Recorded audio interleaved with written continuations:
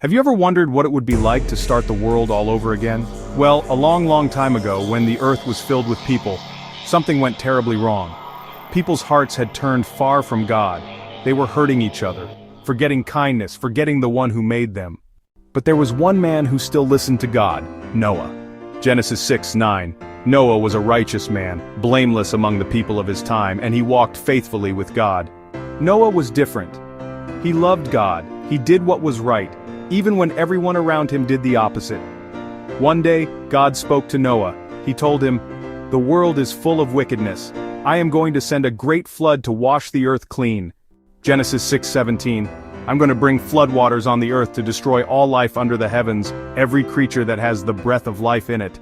But I will save you and your family. God gave Noah very special instructions. He said, build an ark, a huge boat. Make it long, make it tall, and make it strong enough to hold your family and two of every animal on earth. Now imagine that, building a giant boat when there wasn't even any rain. People must have thought Noah was crazy. But Noah trusted God. He worked for years, hammering, sawing, following God's plan.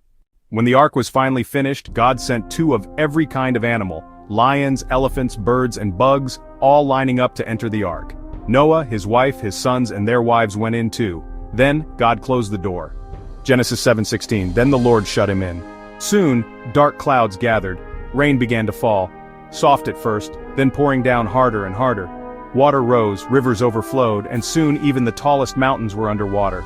But inside the ark, Noah, his family, and all the animals were safe. God remembered them. For 40 days and 40 nights it rained. Then finally the rain stopped. The sun came out. Slowly the water went away. Noah sent out a dove, and when it returned with a fresh green leaf, Noah knew it was time. Genesis 8:11.